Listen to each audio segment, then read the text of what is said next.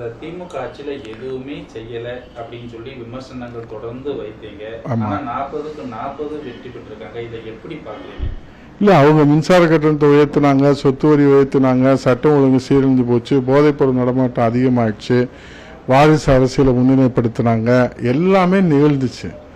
அதை நாங்கள் இன்றைக்கு சொல்லுகிற போது அதற்காகத்தான் மக்கள் 20% கொடுத்துருக்குறாங்க. இன்னொரு 5% எங்களுக்கு உயர்ந்திருந்தால் நிச்சயமாக நாங்கள் 40க்கு 40 அண்ணா திராவிட முன்னேற்ற கழக கூட்டணி பெற்றிருக்கும் புரட்சித் தலைவர் ஐயா எடப்பாடியோட தலைமையில். அவை இனி வருகிற காலங்களில் இன்னும் கடுமையாக உழைக்க வேண்டும். இவர்களுடைய மக்கள் விரோத போக்கு இன்னும் நாம் மன உறுதியோடு இன்னும் வேகமாக நாம் அதை எடுத்து சொல்ல வேண்டும். அதை சொல்லுகிற ஒத்த கருத்துடையவர்கள் எல்லோரும் சேர்ந்து சொல்ல வேண்டும் என்பதெல்லாம் நமக்கு அதைத்தான் புரட்சித் தலைவர் எடப்பாடி அவர்கள் ஒரு படிப்பணியாகவும் பாடமாகவும் இதை எடுத்துக்கொள்ள வேண்டும் என்ற நிலையை நான் பார்க்கின்றோம். யார் சொன்னா? யார் சொன்னா அப்படி? இது அது ஒரு தவறான ஒரு தகவல். அனைத்து இந்திய அண்ணா திராவிட முன்னேற்ற கழகம் எல்லா இடங்களிலும் 2வது நிலையில் தான் எட்டியிருக்கிறோம்.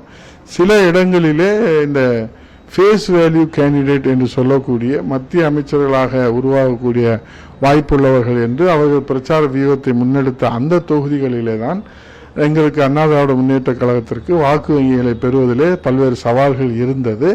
ஆகவே 2வது இடம் திமுகவுக்கு மாற்று அதிமுக, அதிமுகவுக்கு மாற்று திமுக என்பதை மக்கள் தெளிவாக இதில் தீர்ப்பளித்திருக்கிறார்கள் என்பதுதான் இந்த தீர்ப்பை நாம் பார்க்கிறோம். முன்னாள் முதல்வர் டிடிவி போன்ற பெரிய சாம்பாளங்கள்லாம் தோல்வியடைந்திருக்கிறாங்க. இதெல்லாம் எப்படி பார்க்குறீங்க? இல்லை, அதுதான் அவங்க இரட்டையிலே நிற்கிற வரை அவர்களுக்கு வெற்றி வசமானது. இரட்டையை எதிர்க்கிற போது அவர்களுக்கு தொண்டர்களும் மக்களும் தோல்வியை பரிசாக கொடுத்திருக்கிறார்கள். அவர்கள் இதிலிருந்து ஒரு படிப்பணியை பாடத்தை கற்றிருப்பார்கள். இதைதான் நாங்கள் தேர்தலுக்கு முன்பாகவும் சொன்னோம். அவர்களுக்கு இந்த தேர்தல் ஒரு படிப்பனையும் ஒரு பாடத்தையும் இந்த மக்கள் கற்பிப்பார்கள், தொண்டர்கள் அவர்களுக்கு புரிய வைப்பார்கள் என்று சொன்னோம். அதைத்தான் இப்போது நடந்திருக்கிறது. இன்னும் 2 ஆண்டுல சட்டமன்ற தேர்தல் வரப்போது அம்மா போல கழக பொதுச் செயலாளர் சாட்டையை சுழட்டுவாரா? அப்படி அதுக்கான இல்லை, எல்லா ஊடகங்களும் பத்திரிகைகளிலும் இது போன்ற அவர் ஒரு கனிவானவர். அவர் அம்மாவின் மறு வடிவம் என்றுதான் எல்லாரும் அவரை அவர் வழிகாட்டுதலே அவரை பின்தொடர்ந்து அவருக்கு பக்கபலமாக என்றைக்கும் அவரோடு உறுதுணையாக இருக்கக்கூடிய ஒரு சூழ்நிலையை நாம் பார்க்கிறோம். அப்படிப்பட்ட சூழ்நிலையிலே சில நேரத்தில் அவர் ஆசிரியராக கண்டிக்கவும் செய்திருக்கிறார், கண்டிப்பார். அம்மாவாக அன்பு செலுத்தி ஆதரிப்பார், தந்தையாக வழி நடத்துவார்.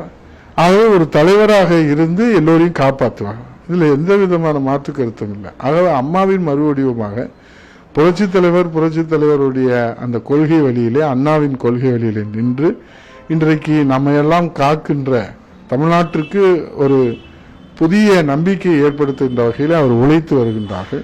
ஆகவே அம்மாவினுடைய கனிவும் இருக்கும், தந்தையாக இருந்து கண்டிப்பும் இருக்கும், வழிகாட்டுதலும் இருக்கும், ஆசிரியராக இருந்து ஒரு மாணவனை எப்படி வழிநடத்துமோ வழிநடத்த வேண்டும். இது 3ம் சேர்ந்த தலைவனாகத்தான் நமக்கு கிடைத்த பொக்கிஷம் அவர். அரசியல் விமர்சகர்கள் எல்லாம் சரியான தலைவரை அதிமுக சரியா இது பண்ணி தொண்டர்கள் புரிஞ்சுக்கல, சரியான தலைவர் தேர்ந்தெடுக்கிற அவரை தலைவர் பொதுச் செயலாளராக ஏற்றுக்கொள்ளல, அதனாலதான் இந்த தோல்வி அப்படின்னு அரசியல் பிரமுகர்கள். அவங்களாம் யாரு? அவங்களுக்கு என்ன பின்பலம்? சொல்றவங்கெல்லாம் என்ன அரசியல் கான்ட்ரிபியூஷன்? இந்த மக்களுக்காக, இந்த தமிழ்நாட்டு மக்களுக்காக என்ன அவங்களுடைய பங்களிப்பு? அதெல்லாம் நம்ம கணக்கில் எடுத்துக்கிற முடியாது. தொண்டர்கள் 2 கோடி தொண்டர்களும் தமிழ்நாட்டு மக்களும் ஏற்றுக்கிறாங்க. அரசியல் விமர்சகர்கள்லாம் அதில் எங்கே போய் படித்து அந்த பட்டம் வாங்கினாங்க அவங்க? நான் அவங்கள குறைச்சி மதிப்பிட்டு சொல்லலை. அவங்களுக்கு அசஸ்மெண்ட் தெரியும். தனிப்பட்ட முறையில் ஒரு கட்சி தலைவர்களை சொல்கிறது என்பது அது நீங்கள் அப்படிலாம் சொல்கிறதுக்கு எந்த உரிமையும் உங்களுக்கு கிடையாது. அது எடுத்துக்கிறதும் ஒரு முறையான நாகரிகமான அணுகுமுறையாக இருக்காது. நீங்கள் வெற்றி தோல்வியை பற்றி விமர்சனம் செய்யலாம். தலைவர் தேர்ந்தெடுக்கிறது நாங்கள் பொதுக்குழுவில் எங்கள் புரட்சித் தமிழக எடப்பாடியாரை தேர்ந்தெடுத்து அவர் களத்தில் நிறுத்தி அண்ணா திராவிட முன்னேற்ற கழகத்தை இன்றைக்கு வெற்றி பாதையில் அனைத்து செல்வது தான் அவருடைய எண்ணம். அவர் அந்த மன உறுதியோடு போராடி தான் இது பண்ணுறாங்க. இது அண்ணா திராவிட முன்னேற்ற கழகம் திமுகவுக்கு மாற்று என்பதை இந்த வாக்கு வங்கியில் நிரூபித்து காட்டியிருக்கிறோம் நாங்கள்.